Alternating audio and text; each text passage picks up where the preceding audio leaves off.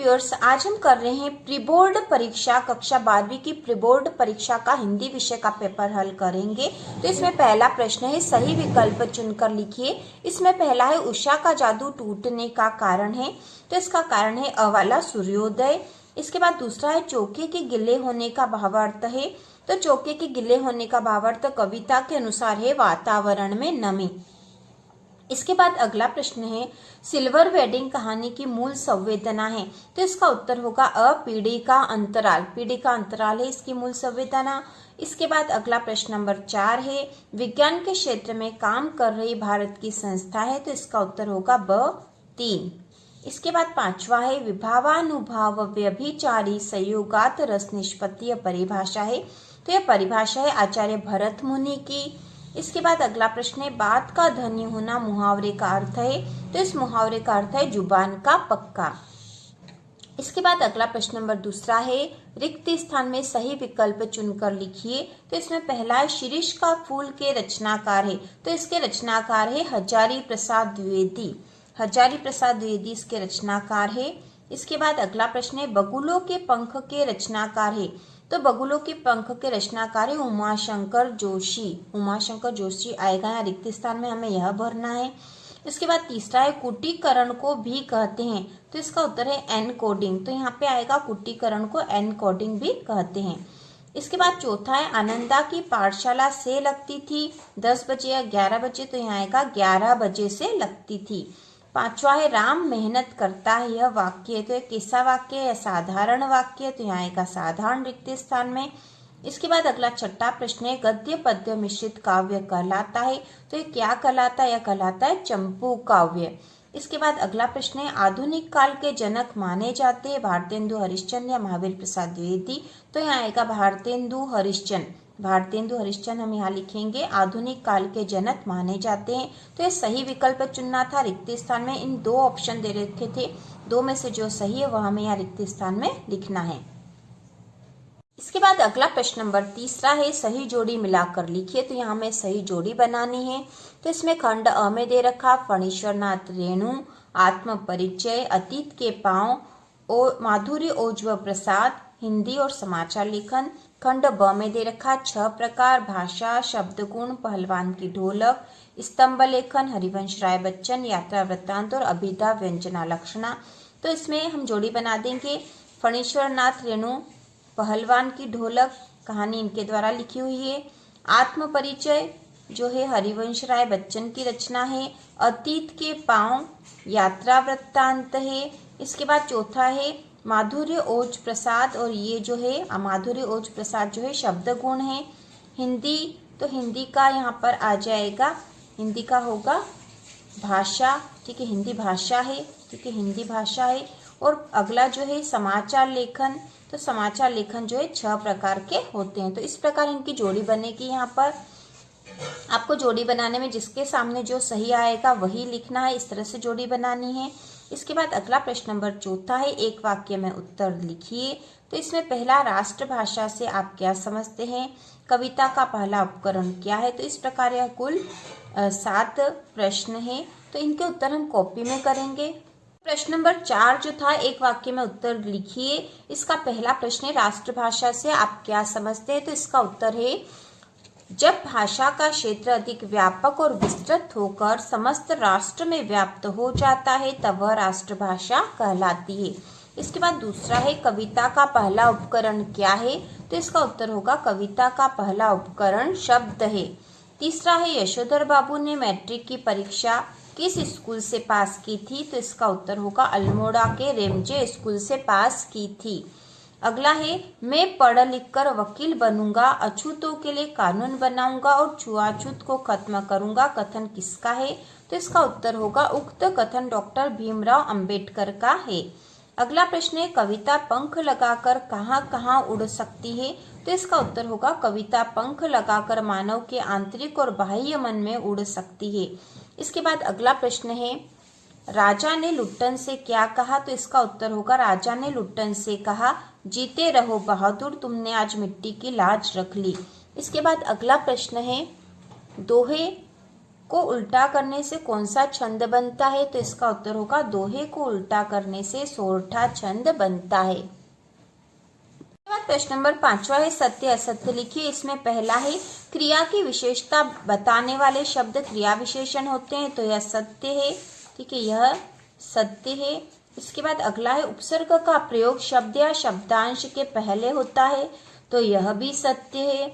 तीसरा है सिंधु घाटी सभ्यता में पत्थर और तांबे का प्रयोग होता था, तो यह भी सत्य है। अगला है लेखन का आशय यांत्रिक हस्तकौशल होता है, तो यह असत्य है, यह असत्य। इसके बाद है पाठ रुबाइया व गजल में कवि ने खुद को देश पर न्योछावर कर दिया है, तो यह सत्य है। और इसके बाद अगला है मेरी कल्पना का आदर्श समाज पाठ के लेखक बाबा साहेब भीमराव अंबेडकर है, तो यह भी सत्य। तो इस प्रकार ये सत्य और असत्य हैं।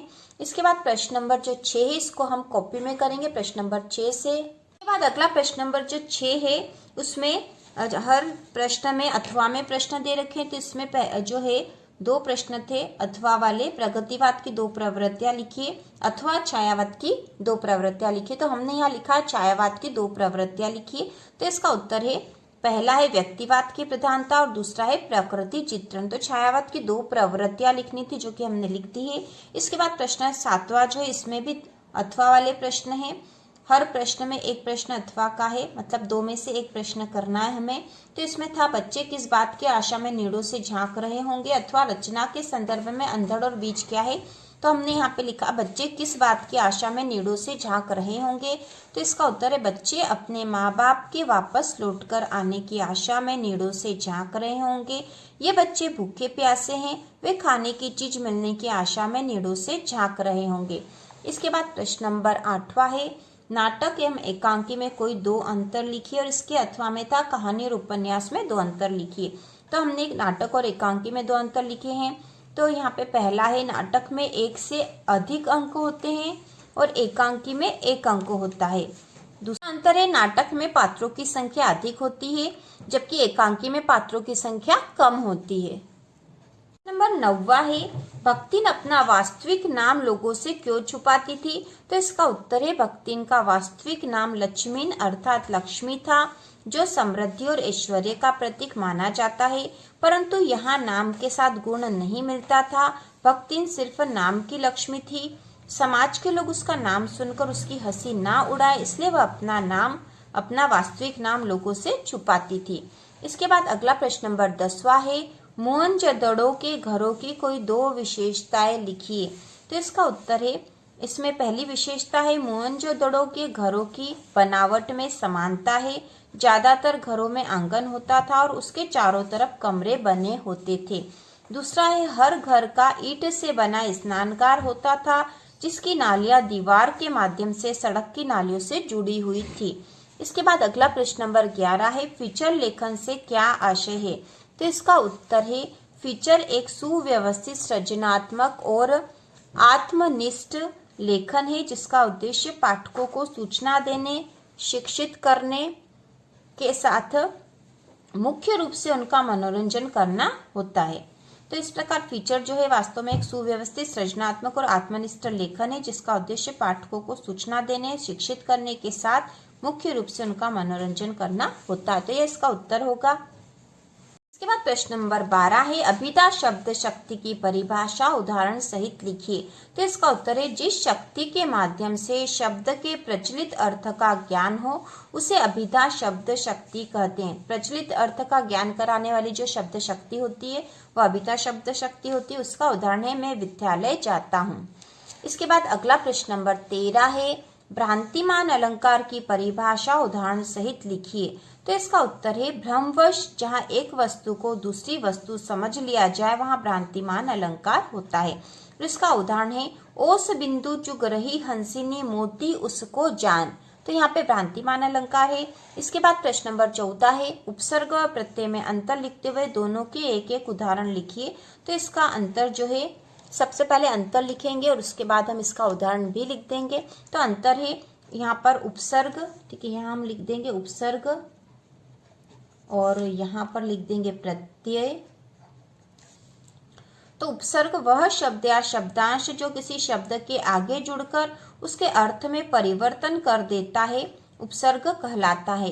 और इसका जो उदाहरण है वह अपधनमान अपमान होता है, तो यहाँ अप उपसर्ग है। इसके बाद प्रत्यय, वह शब्द या शब्दांश जो किसी शब्द के पीछे जुड़कर उसके अर्थ में परिवर्तन कर देता है प्रत्यय कहलाता है। जैसे पान धन वाला, पान वाला, तो यहाँ वाला प्रत्यय है। प्रश्न नंबर 15 है, निम्नलिखित वाक्यों को शुद्ध कर लिखिए। इसमें पहला है तनु को शुद्ध गाय का दूध पिलाओ, तो इसका जो शुद्ध वाक्य होगा तनु को गाय का शुद्ध दूध पिलाओ। इसके बाद दूसरा है घर में चाय केवल नाम मात्र को बची है, तो इसका शुद्ध रूप होगा घर में चाय नाम मात्र की बची है। तो इस प्रकार ये दोनों प्रश्न है और ये 2-2 नंबर वाले सारे प्रश्न हो चुके हैं। प्रश्न 1 से प्रश्न 15 तक के प्रश्न हमने कर लिए हैं और इसके बाद के प्रश्न अगले वीडियो में बनाए जाएंगे। तो इसी प्रकार के और वीडियो देखने के लिए, कक्षा 12वीं की तैयारी के लिए, हिंदी विषय की संपूर्ण तैयारी के लिए चैनल को सब्सक्राइब कीजिए।